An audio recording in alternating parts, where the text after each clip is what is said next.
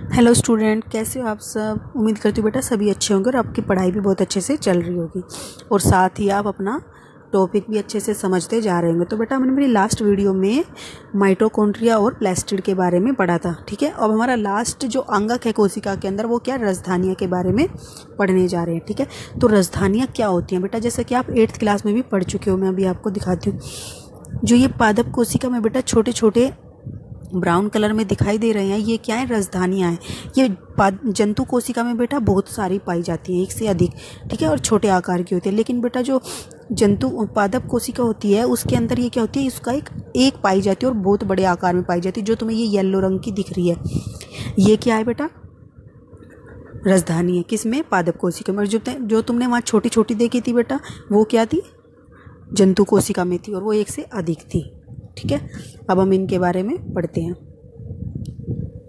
राजधानियाँ ठोस अथवा तरल पदार्थों की संग्राहक थैलियाँ, ये बेटा थैली जैसे आकार की होती है।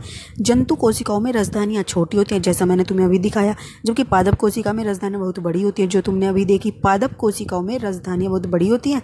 कुछ पौधों की कोशिकाओं की केंद्रीय राजधानियों की माप कोशिका के आयतन का 50% से 90% तक होता है।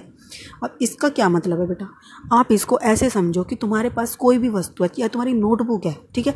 अगर तुम उसको 10 भागों में विभाजित करते हो या 10 हिस्से बराबर बराबर करते हो, ठीक है, तो उसके अगर 5 हिस्सों को तुम दोबारा से जोड़ोगे तो जो हिस्सा तुम्हें मिलेगा उतने हिस्से को कौन घेरे रखती है, राजधानी, किसी कोशिका की, ठीक है, पौधे की कोशिका की। और किसी किसी में तो बेटा ये 9 हिस्सों को तुम जोड़ दोगे तो वो अकेली ही उन 9 हिस्सों में रहती है, ठीक है, उपस्थित रहती है। और बाकी अंग कहाँ रहते हैं, उस एक हिस्से में रहते हैं। तो बेटा इसका आकार इतना बड़ा भी हो सकता है। उम्मीद करती हूँ तुम्हें ये अच्छे से समझ आया होगा। अब पादप कोशिकाओं की राजधानियों में कोशिका द्रव्य भरा होता है। तो बेटा पादप की जो कोशिकाएं होती हैं उनकी जो राजधानियाँ, उनमें क्या होता है, कोशिका द्रव्य भरा होता है। और ये कोशिका द्रव्य भरा होता है तो ये इसका क्या फ़ायदा है, ये कोशिका को स्फीति और कठोरता प्रदान करता है। अब ये स्फीति क्या है और कठोरता तो चलो समझ भी आ जाए। स्फीति क्या है, तो बेटा स्फीति अब तुम ऐसे समझो, गुब्बारा है तुम्हारे पास, गुब्बारे में तुम उसमें कोई हवा नहीं भरते, कोई जल नहीं भरते, तो तुम्हारे पास कैसा रहता है, वो सॉफ्ट सा और ऐसे ही रहता है, ठीक है। तो अगर तुम उसमें हवा भरो या जल भरो, कुछ भी भरोगे तो वो क्या होता है, सख्त हो जाता है बेटा, ठीक है, कठोर हो जाता है, ठीक है ना बेटा। तो ये क्या करता है, उसको कठोरता और स्फीति प्रदान करता है, यानी कि सीधा रखता है, फूला हुआ रखता है, एक किस्म से ऐसे कह सकते हो, ठीक है ना। ये मुरझा हुआ सा या चूड़ा हुआ सा नहीं रखता। पौधों के लिए आवश्यक बहुत से पदार्थ राजधानी में स्थित होते हैं। तो बेटा इसी राजधानी में क्या होते हैं, पौधों के लिए जो आवश्यक पदार्थ होते हैं वो इस राजधानी में स्थित होते हैं। ये अमीनो अम्ल, शर्करा, विभिन्न कार्बनिक अम्ल और कुछ प्रोटीन हैं। और कौन कौन से पदार्थ हो सकते हैं बेटा, वो अमीनो अम्ल हो सकते हैं जो क्या करते हैं, प्रोटीन बनाने में मदद करते हैं। शर्करा हो सकती है जो कार्बोहाइड्रेट से मिलती है। और विभिन्न कार्बनिक अम्ल हो सकते हैं, ठीक है। एक कोशिक जीवों जैसे अमीबा की खाद्य राजधानी में अनेक उनके द्वारा उपभोग में लाए गए खाद्य पदार्थ होते हैं, ठीक है बेटा। तो एक कोशिकीय जीव जैसे कि अमीबा होता है तो उसकी जो खाद्य राजधानियाँ होती हैं उनमें क्या होता है, उनके द्वारा उपभोग में लाए जाने वाले खाद्य पदार्थ विद्यमान होते हैं उनकी राजधानियों में, ठीक है। तो कुछ एक कोशिकीय जीवों में विशिष्ट राजधानियाँ अतिरिक्त जल और कुछ अपशिष्ट पदार्थों को शरीर से बाहर निकालने में महत्वपूर्ण भूमिकाएं निभाती हैं। तो बेटा इन राजधानियों का अलग अलग कार्य भी हो सकता है। एक कोशिकीय जीवों में क्या करेंगे, कई कार्य कर सकते हैं। कुछ राजधानियों के में तो क्या हो सकता है बेटा कि खाद्य पदार्थ जिनको ये खाती हैं वो स्टोर हो सकते हैं। और क्या करती हैं, कुछ में क्या होता है, अतिरिक्त जल और कुछ अपशिष्ट पदार्थों को शरीर से बाहर निकालने के लिए महत्वपूर्ण भूमिकाएं निभाती हैं। तो कुछ के अंदर जल होता है और कुछ अपशिष्ट पदार्थ होते हैं जो शरीर से बाहर निकाले जाते हैं। तो वो किस में होते हैं, राजधानी में ही होते हैं, जिनको फिर समय समय पर शरीर से बाहर निकाल दिया जाता है, ठीक है। अब प्रत्येक कोशिका की अपनी एक संरचना होती है जिसके द्वारा वे विशिष्ट कार्य जैसे श्वसन, पोषण तथा अपशिष्ट पदार्थों का उत्सर्जन अथवा नई प्रोटीन बनाने में सहायता करते हैं।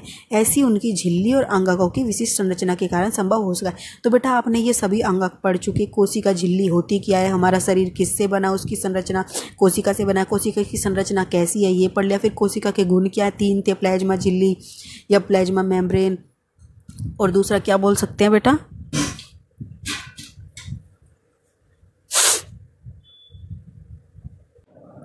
तो बेटा उसके गुण क्या थे, प्लाज्मा झिल्ली, कोशिका झिल्ली, ठीक है।